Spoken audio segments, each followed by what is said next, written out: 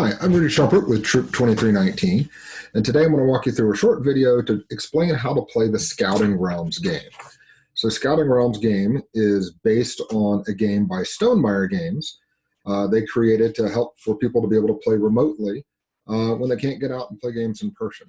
So hopefully you've printed the scorecard, and I'm going to go through and explain how each of the areas work, how to score the game, and how to play along so that when we play this online, you'll be able to follow along and understand the rules of the game much better.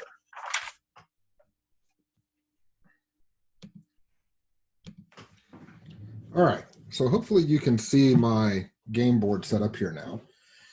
And go over the few things on the score sheet that are really important to understand. So first of all, a full game of Scouting Realms consists of 3 rounds. And in each round, you're only going to be using 3 of the realms at a time. Each one of these 9 squares is a realm. And so how we're going to play today is that first we're going to play the Woodruff realm, then we'll play in round 2 Bird Adams, and then in round 3 we'll play the Altoona set of realms. And we'll follow along and keep track of the dice roll here on the scorecard. Every time I roll the dice, you should write down what the dice roll are for each of the turns. This will help you keep track of where we are in the game, and also just let you know in case you're wondering or you don't see the screen or if I've moved on, then you can see exactly what the rolls were. At the end of each round, we will count up the number of stars you earn. The main objective of this game is to earn stars. Along the game, as part of the process of earning stars, you will also earn resources, pumpkins, hearts, and coins. These are important. Each resource that you earn but don't use in the game using one of these multipliers is worth 0.1 star. So you can, these can sometimes make a difference in your overall score.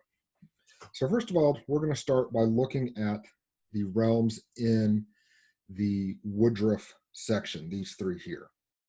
And the first one is the Davis Inn, Carlock, and then Mountaineering.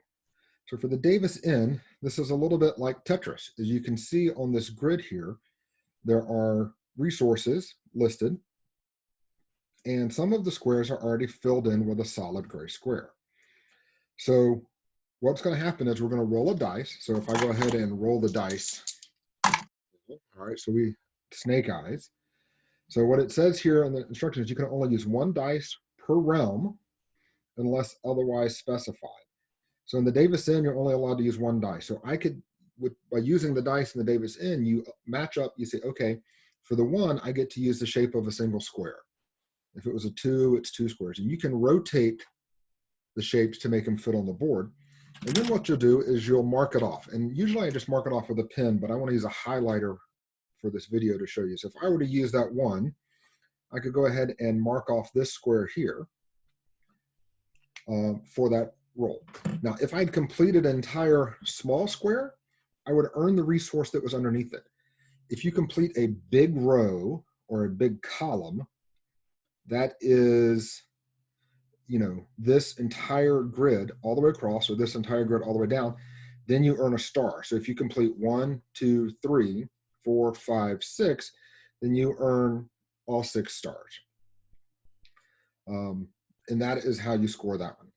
So for the Carlock Pavilion, this is a little bit kind of like Sudoku and Minesweeper for any of those that you play the old Windows game Minesweeper.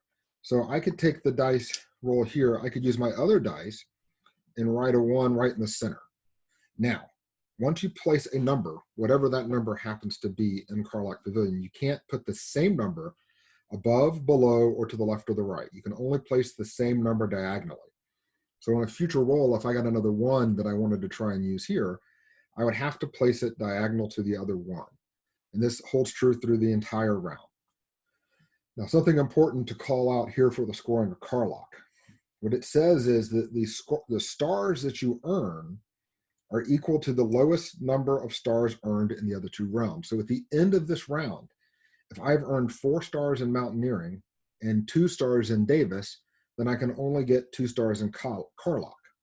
Assuming, of course, that I've put at least 2 numbers into Carlock. You can't ignore this grid, this realm altogether, or you won't earn any stars. So You have to fill this up. And if you fill an entire row or column, then you earn the resources that are listed to the side or below. Now, mountaineering allows you to use more than one dice if you happen to roll a pair. So if we were starting off with my snake eyes here, I could mark off the 1 in both the pumpkin and the coin side. And so what you do is then you add up the value of all the dice that you've marked off, and you can only do it once per number. So this is a 1. So my total value of things I've marked off in the coin column is 1. I check here in the center of the scores between 1 and 3. So I earn a coin. Now you signify that by you go down to the round that you're playing and you circle the resource that you've earned. Later, when we spend a resource, you will mark through it to show that you have spent that resource. Now, if I were playing both dice in here, I could also mark off the pumpkin side of the grid, and that would also let me earn 1 resource. Now, the objective is to earn stars, and this is a good first move because next time if I get a 2 or a 3, then if I mark off a 3 on the next time, my total will be a 4, which gives me an opportunity to mark a star down here, which is what we want to do.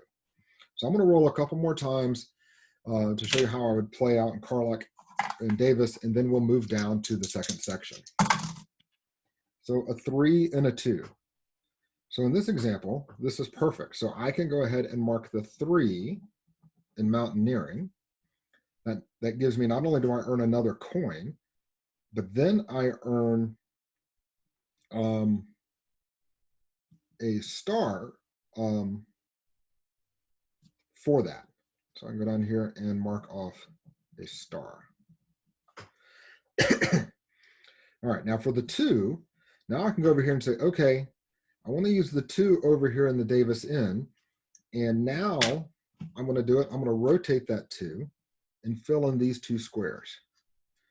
And so that completes a full big square, as it's called on the card. I don't earn a star for it, but I earn that coin that was underneath. So I'm going to go down here and earn that coin.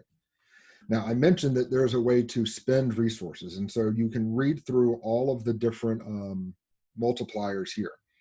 The one that's probably the easiest and the most commonly used is you get to pay X to earn a dice value of X. It's like if there was a third dice that we rolled.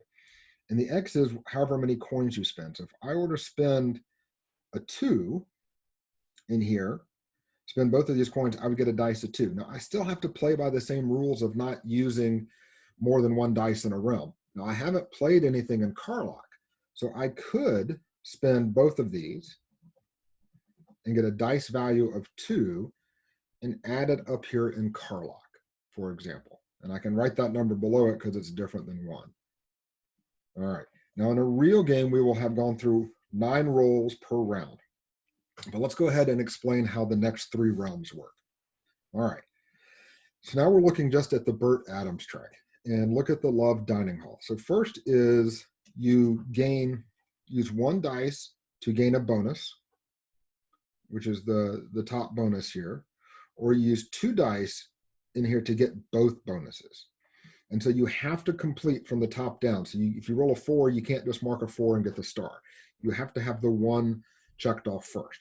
Now, if you get a 1 and a 4, you can mark that off, use both dice in here, and mark that off at the same time. So let's start off with a brand new roll. And we got a 2 and a 4. And there does happen to be a 2 and a 4 here. So I could mark off the 2 and the 4, use both dice, and mark a star. All right, for Camp Jamerson, the objective here is to fill the entire grid for the bird. And you have to start from left to right within each one. Now, you can start trying to earn the 16 or the 12 or the 7 in any order, but you have to fill in each of these small grids from the left to right. So it takes 3 total dice to fill up one of the birds. So let's say if I'm going to roll again, start with some new numbers here. All right, I got a 2, 2, 2. So I could take a 2 here until I am 2 points towards the 7. I earned that pumpkin, so I would mark the pumpkin down here And now I note I'm marking it in the second round. And any resources that you earned in the first round that you didn't use, they do not come over. So they're there, they're gone, you can't use them anymore. So we start fresh down here in the second row. All right, so on a subsequent turn, I'm hoping to get, a 4 and a 1 or another 3 and a 2. Hopefully I'll be able to add these up completely to 7. And once you earn, if you fill all three numbers and it equals 7 or it equals 12 or 16, then you earn 2 stars for that completed bird. All right, now we're going to look at Fort Brumley. So Fort Brumley allows you to use 1 or 2 dice, 1 per castle. And the objective is to fill the rows. And every time you fill a row, you earn a star. Now there are 6 rows here. It's 1, 2, 3, 4, 5, 6. The doors are pre-filled squares for you. And what's important to note is that you have to build these from the bottom up, and you can't put larger numbers on top of smaller numbers. So if I could start off with a 2 here, because there's no other squares to fill out. I don't have to worry about trying to just roll a 1. So the 2 here, I would earn a pumpkin, which I will mark. And then on a subsequent roll, hopefully I get a higher number here, and I do a 6. So this would work really well. So I could put a 6 here, which is a really good number to put down on the bottom, because then I've got 5 other numbers that I can put down on future rolls to go on top of the 6. So I can only put a 5, 4, 3, 2, 1, etc. in the spot above the 6. Now I did complete an entire row, so that would enable me to fill in a star. Again, one of the things that caught me early was I was thinking the row went all the way across, but no, it's per castle, and you have 1, 2, 3, 4, 5, 6 rows here to fill. All right, now we're going to take a look at the final set of realms, which we're going to play the Altoona aquatic base, and we're using the 3 realms here, which is sailing, kayaking, and canoeing. Now, sailing is could be one of the more sophisticated realms on this score sheet, and it works a little differently than the rest. Still only going to use one of the die, but like right here, a 6 and a 1. So what I would do is I'm going to use the 6, and I mark off the 6, earn that coin, but then you take the value of the dice that you're not using and write it on the bucket, the crate below. And the goal is, hopefully I'll get a 5 and a 1 and a 4 and a 1, and I'll be able to have multiple crates that have the number 1 here. And then towards the end of the game, I'm hoping and wishing that I'll roll a 1.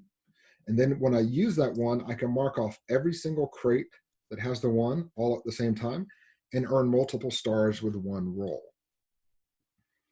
All right, for kayaking, there are 2 grids here, 1 for hearts and 1 for pumpkins.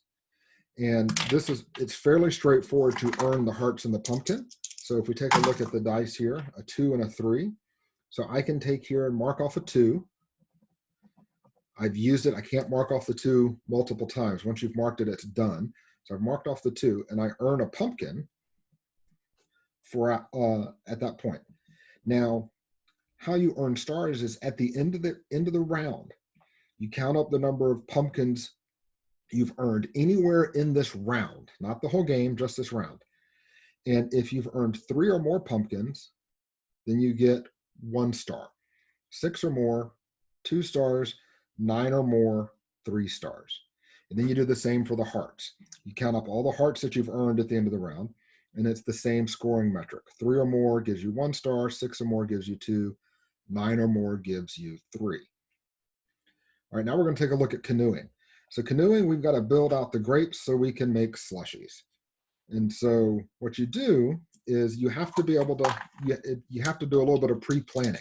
So if I'm going to roll this one here, a 3 and a 2, I would mark off, I'd have to use one of the dice in another realm. So I can mark off the 3, gain a heart, and then I can take the 2 and build out the grape. And then once you have a couple of these grapes built, let's do a couple more rolls so I can build those out. All right, so I've got a 4, and I'm going to use the 3 over here in kayaking. So I built the grape in canoeing. So I earned that heart, and I forgot to take the pumpkin that I earned there. And I went over here and marked 3 off of the in kayaking. So that's another pumpkin. But now I've got 6 points total in grapes. So if I get a 4 or a 5 or a 6, I can build an entire slushy. And once you get the exact number to match the slushy, you get 2 stars. So I'm hoping for a 4, 5, or 6 to be used. Look at there, double 5s. So I'm going to take the value of one of the dice, one of the 5s, add it to my 2 grapes, and that gives me an 11, which allows me to fill up to take 2 stars. And so that's how each of those 9 realms work. Now we will go through this game, play an entire game at a time. It takes about 45 minutes or so to go through all 3 realms. And then in each round, you'll add up the total number of stars you've earned, add up any resources you haven't. And those are the 0.1 star for each one. And then at the very end of the game, you'll combine the tally, and then we'll put those in the chat so that we can see how folks scored and how you did in this round. Again, we want to give out a special thank you to Stonemaier Games, Jamie and Joe over at Stonemaier Games, for for building this really cool game. They built their own version called Rolling Realms. And then 2, allowing us to modify it and change the score sheet. So we've modified it with their permission to be able to make it, put some scouting names in there to make it a little more fun for our scouts. So hopefully this video is handy to help you understand the basic rules of playing, and we look forward to playing Scouting Realms with you.